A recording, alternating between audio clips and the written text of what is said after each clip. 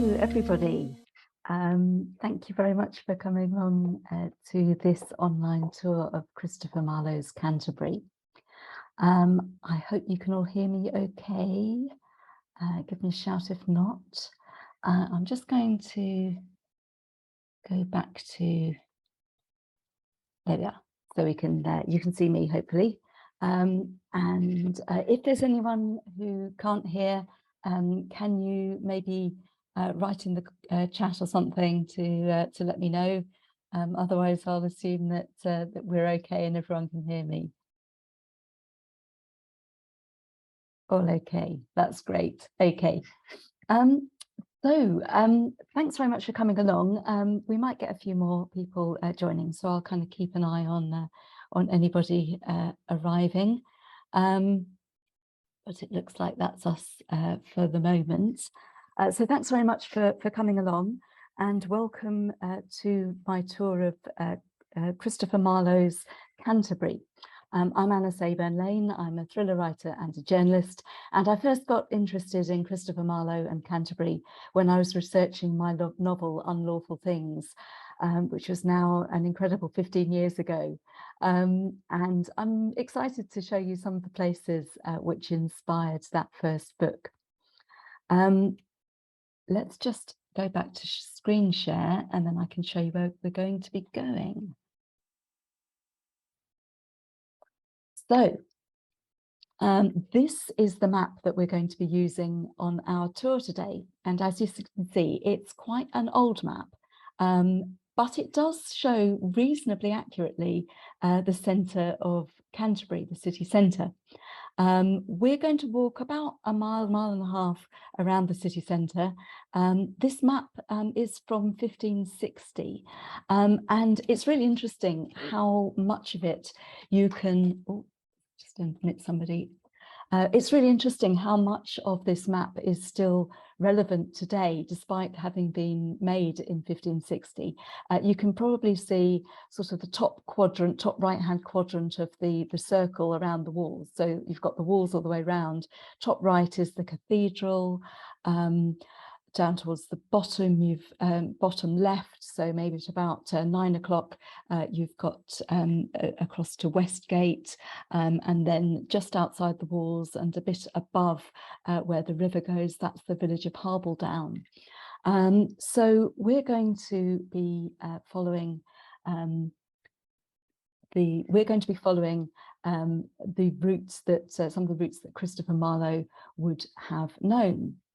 So let me just, oh, I've gone over 2 slides. So first of all, for anyone who doesn't know, let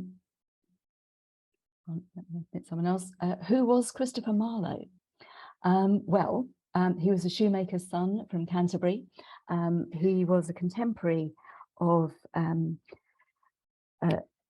William Shakespeare. He was a playwright, a student, a spy, a poet, an atheist, an all-round troublemaker, to be honest. And this is going to be our first stop on the route. It is St George's Clock Tower in St George's Street. So where the big arrow is pointing to on the map, and there's a number 10 next to it, that's St George's. Marlowe was baptised in St George's on the 26th of February 1564. His father John was a shoemaker from Ospring near Faversham, and his mother Catherine was from a family from Dover. Christopher Marlowe was the second of 9 children. And the Marlowe house was just across the road from the church. If you know Canterbury, it was where Fenwick's department store is now. So let's go back a little bit. So this is St George's Church in St George's Street in Canterbury, and it was where Marlowe was baptised on the 26th of February in 1564. And he was the son of John, who was a shoemaker from Faversham, and Catherine from Dover. He was the second of their 9 children, and the Marlowe house was just across the road from the church. The church dates from Norman times, but the tower was 15th century. And unfortunately, both the church and the house opposite were destroyed by bombing in June But we're going to go into the old heart of Canterbury next and learn a little bit more about the town.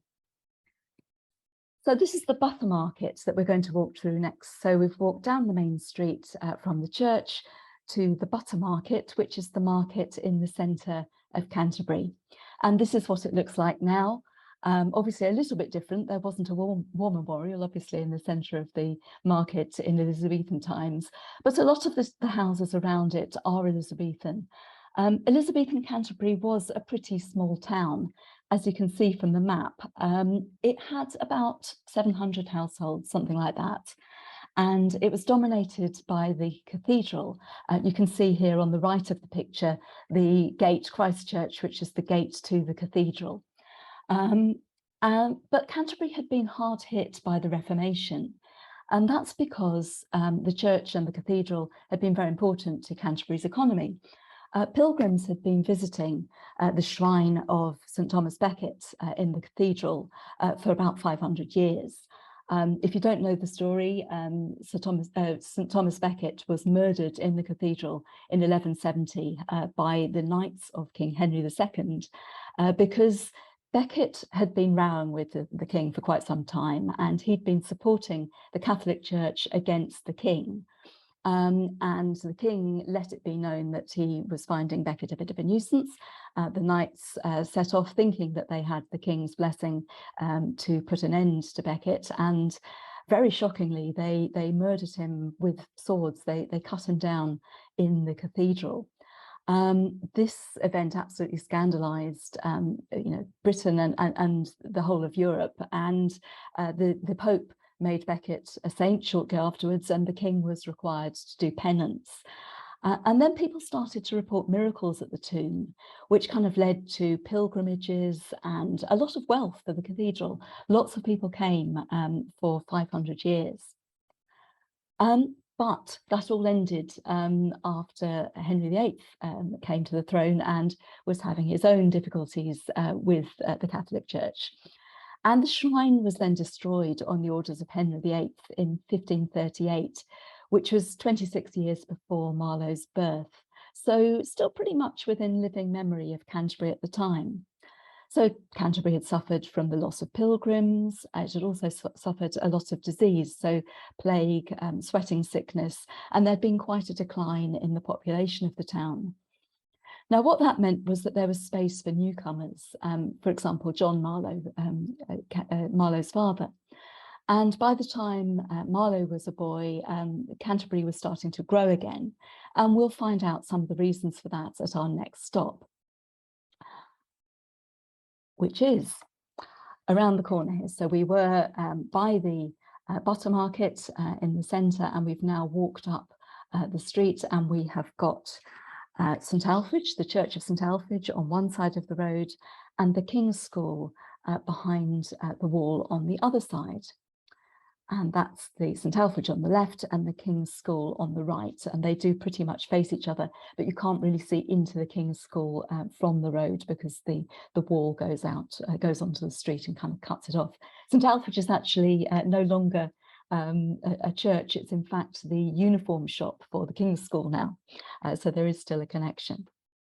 But the reason that we're interested in St Alphege is because one of the groups that moved here in great numbers during Marlowe's childhood came from France, and they congregated and worshipped at St Alphege. And this dates from a notorious episode in Paris in 1572, when Marlowe would have been 8 years old. In one night, the eve of St Bartholomew, 3,000 Protestants, who were known as Huguenots at the time, were murdered by the mob, the Parisian mob, on the orders of Catherine of the Medici, who was the mother of King Charles IX of France. There was a lot of religious turmoil and power politics and so on at the time, and the mob was incited against, as unfortunately is often the case, this religious minority, and thousands of people were killed over the course of one night. So a lot of people, a lot of Huguenots fled France, and well, they were in Paris, northern France. They wanted to come to the nearest Protestant country. Now, as we all know, the quickest way to get from northern France to the UK is via Dover. So they came across the straits of Calais to Dover, and made their way up from there, and a lot ended up in Canterbury. And so many came, in fact, that this church wasn't big enough for all of the Huguenots, and they were given permission to congregate and to use the crypt of Canterbury Cathedral. And if you go there now, there is still a French church in the crypt of the cathedral, and there are French language church services there. There are still very strong links with the French Protestant church. So that's something that's endured over the years. Now, let's go back to Marlowe. He was a schoolboy at the King's School, although he wouldn't have been there just yet, but he was a curious schoolboy in the town. And I am sure that at the age of 8, he would have heard the stories of these refugees who had come from Paris, from the terror there, and had ended up in Canterbury. And he'd probably heard, his parents or neighbours or teachers talking about what had happened.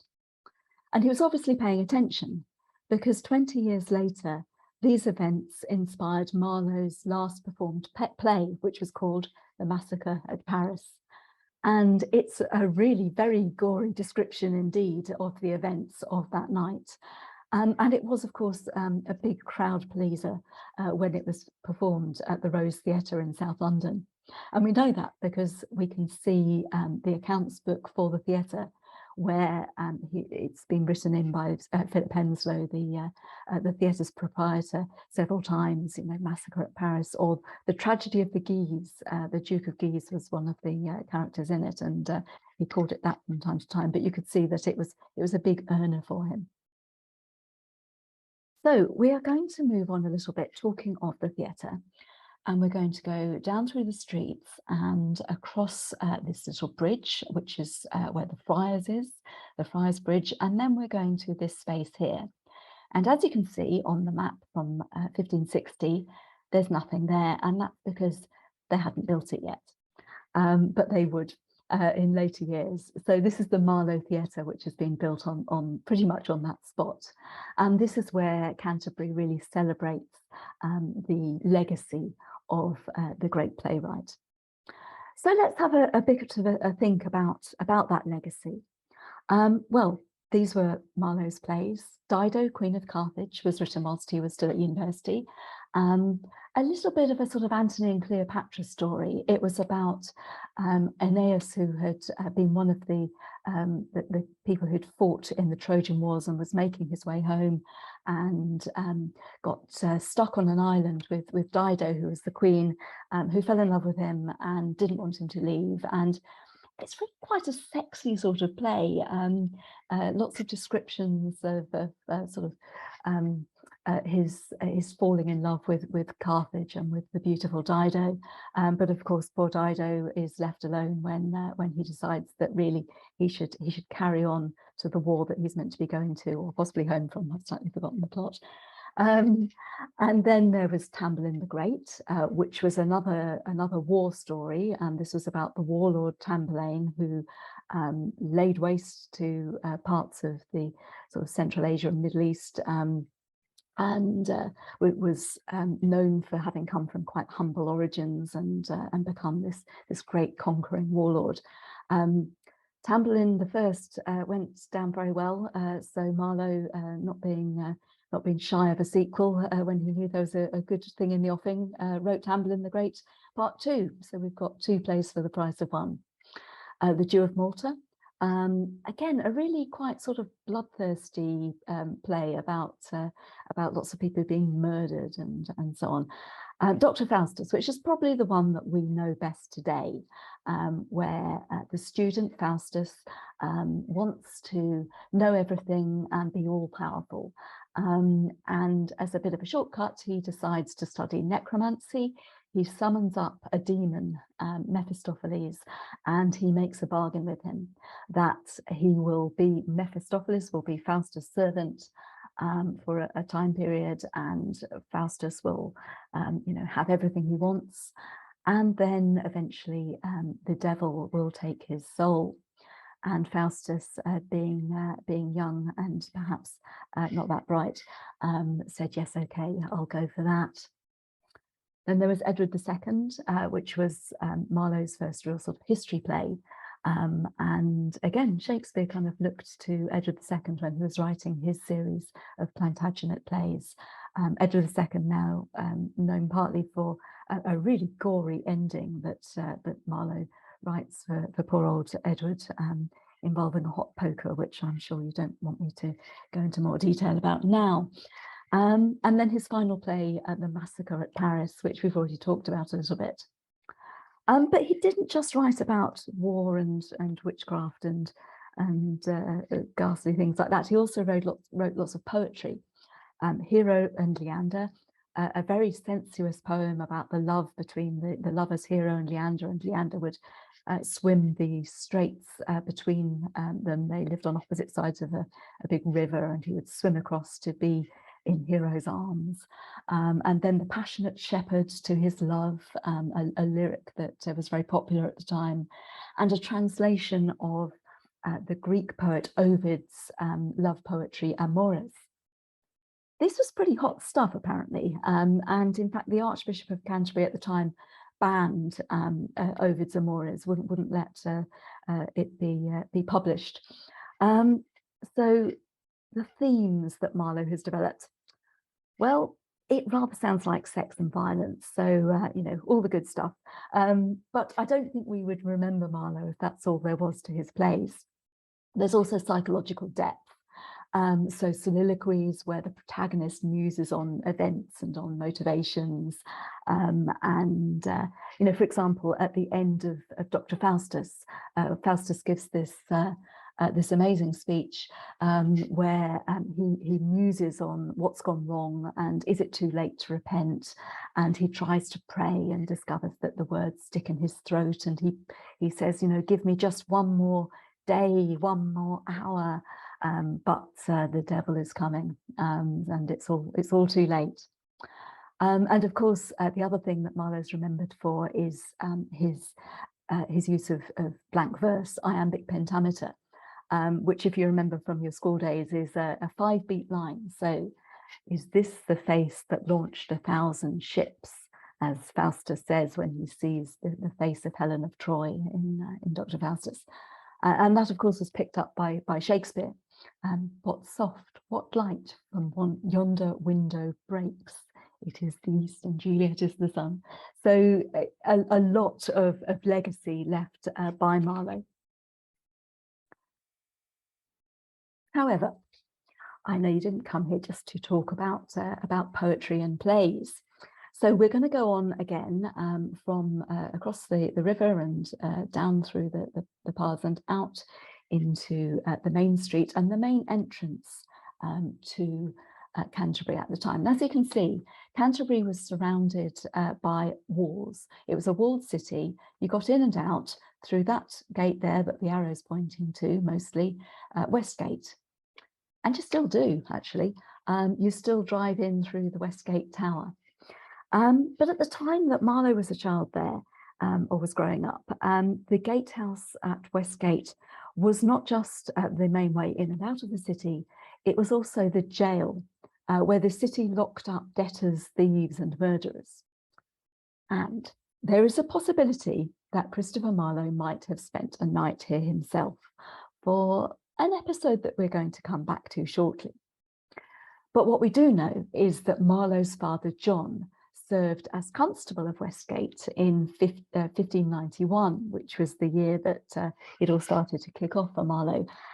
So it might have caused a bit of family embarrassment when young Christopher fell foul of the law. But we're not there yet. We are going back a bit earlier into Marlowe's childhood, and we're going up the road from the Westgate Tower to the East Bridge. Now, you might think, surely the East Bridge should be over the other side, because that's the west of Canterbury. But you can see that the river splits into, so you've got the Westgate and then you've got the East Bridge, which goes over the eastern part of the river. And this is East Bridge Hospital. You can still go and see it today.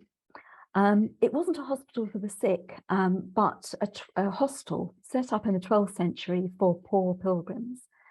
And it's really old. This place was founded just 20 years after Becket's murder, so shortly after the pilgrims had started to come. And the pilgrims would go through that arched doorway you can see and down the steps into the undercroft, which is below ground level and runs alongside the river. And that's where they slept, on the stone floor, hopefully with some reeds or something to make it slightly less uncomfortable. They ate in the halls above, and then they prayed in the chapel. And the windows you can see there on the left-hand side are the chapel windows. And it is still a chapel today. And it, in fact, now is an almshouse, still quite unbelievably to me, run pretty much by the same foundation, the East Bridge foundation that founded it, still pretty much runs it today. But how come this is still here and that it wasn't turned into something else when the pilgrims stopped coming? Well, the answer was it kind of was. East Bridge Hostel escaped closure after the destruction of the shrine at St Thomas by becoming a school for 20 local boys whose minds were apt for learning. And one of those might well have been Christopher Marlowe.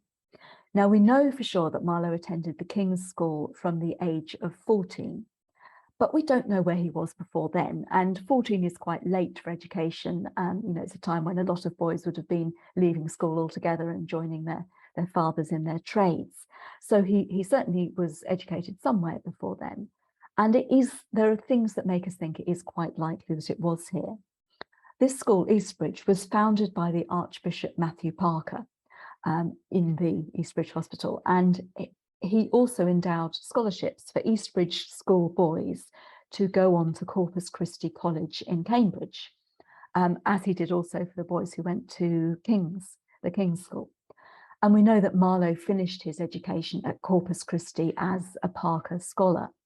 So the pathway from East Bridge to King's to Corpus Christi, Cambridge, was laid out, and it's not fanciful to suggest that Christopher Marlowe might have taken that.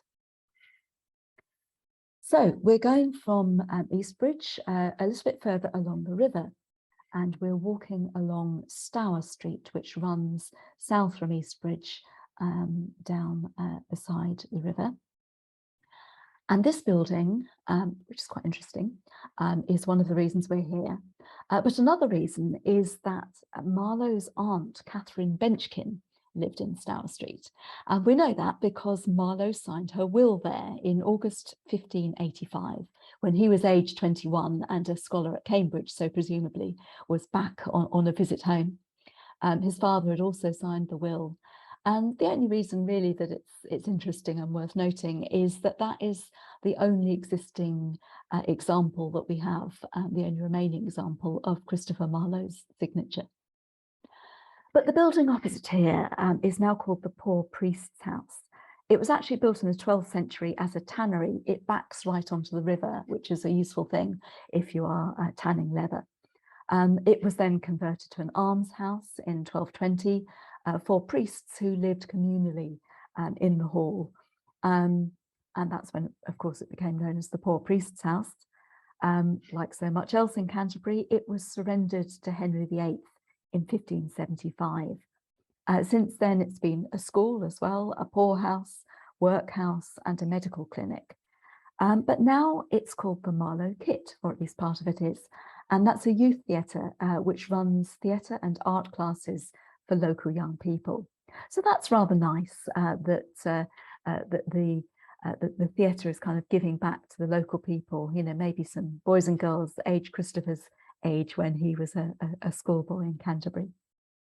And you can just see Water Lane running down the side there, which takes you to the river and over into the Franciscan Gardens.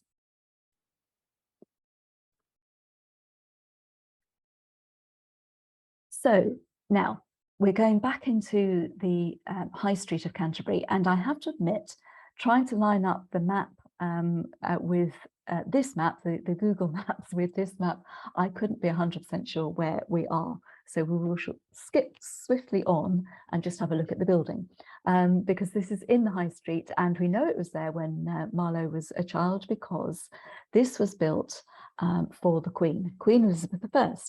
And she visited Canterbury in September 1573, when Marlowe was just 9 years old. She stayed several days in this guest chamber, which apparently wasn't at the time the coffee house that it is now, although you can go and have your coffee where the Queen did if you wish to. And she visited the cathedral. There were events. The city, hosted her, and there were processions, and it was all lots of pomp and circumstance. And I think we can be pretty sure that a 9-year-old boy would have found his way through those crowds and had a look at some of the excitement that was going on when Queen Elizabeth visited Canterbury. However, that wasn't Marlowe's only brush with Queen Elizabeth I, and there is evidence that he was a spy on Her Majesty's Secret Service. 1857. Marlowe was a student at Cambridge. He'd been there for several years, for 4 or 5 years by then, and he was about to take his master's degree. But the university was not happy. Marlowe had been absent a lot without leave. You're not meant to be away from the university during term time. If you look at the records in the buttery, when he was there, he had more money to spend than you would expect of a student who was a scholarship lad who didn't have much money to spend. Suddenly, in the last couple of years that he was at Cambridge, Marlowe had money to burn. Interesting. And the university said that there were rumours that he was going to defect to Reims. What did that mean? Well, at Reims was a French college training Englishmen to become Catholic priests. Reims is in North France. And the fear was that young men like Christopher Marlowe, who were being educated at Cambridge, were defecting to Rome and were going to train as priests and then come back to England and work for the conversion of England to Catholicism. And the university was very worried about this. This was treason, by the way. At the time, it was very treasonous to try and work against the Queen's interests in this way, as it was seen. So the university was considering withholding Marlowe's degree, until they got a sharply worded letter from Queen Elizabeth's Privy Council, which is in effect the equivalent of the cabinet today. And this letter said that Marlowe had behaved himself orderly and discreetly, whereby he had done Her Majesty good service, and deserved to be rewarded for his faithful dealing. And it goes on.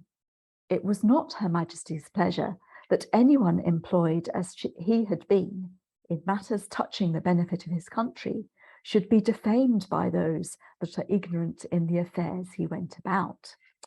Well, I mean, ouch, the university was properly told. So the university and the Privy Council were both worried about young men defecting to Rome and those who looked as if they might be about to. And it sounds to me like Marlowe had been recruited by the Elizabethan Secret Service to pretend to be a Catholic sympathiser, to get into the confidence of those young men, those students in Cambridge who were going to go to Reims, and then report back on their secrets.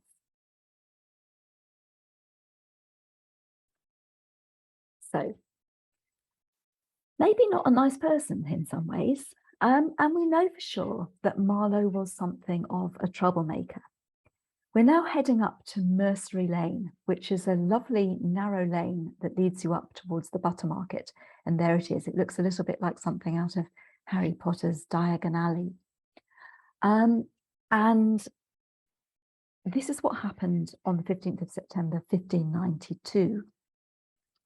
Marlowe had come to visit Canterbury for the last time, which of course he didn't know, but he did at that point have just over 6 months to live.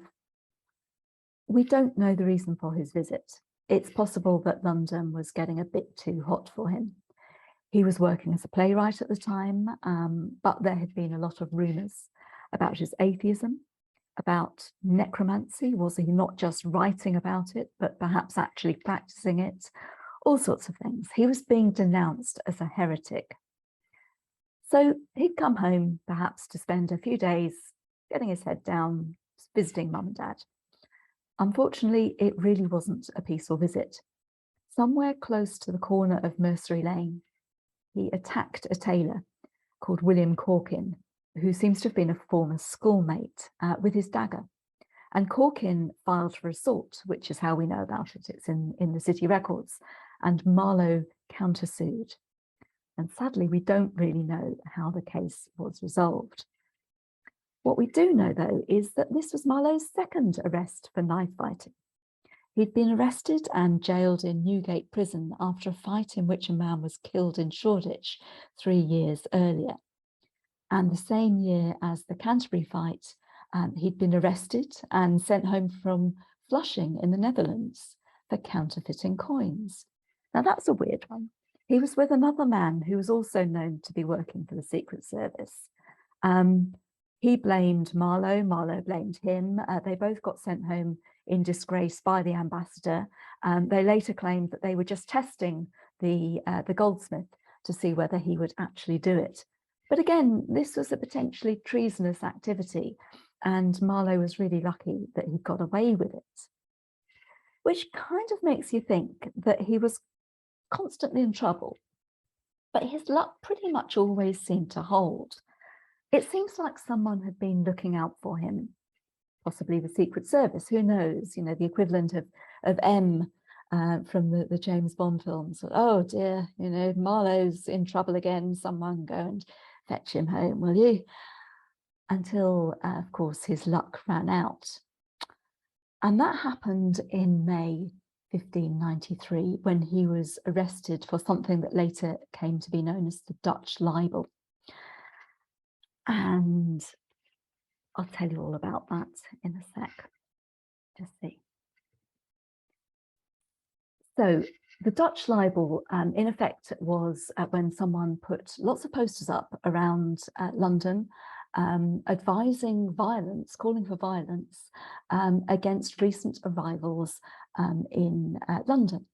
And this was pasted on the Dutch church in Austin Friars, amongst other places, why it's called the Dutch libel. It was signed with a connection to Marlowe. It was given a sort of a pseudonym, as if it had been Marlowe who'd written it.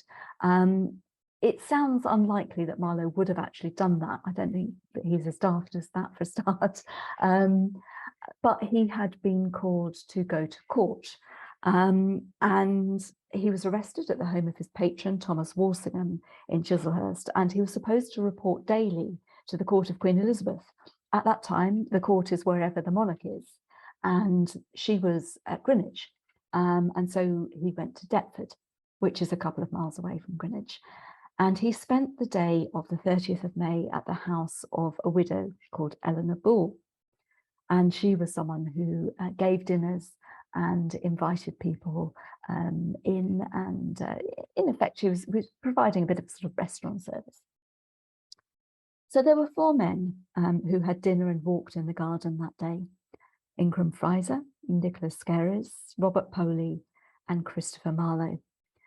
And of those men, Marlowe didn't make it out alive.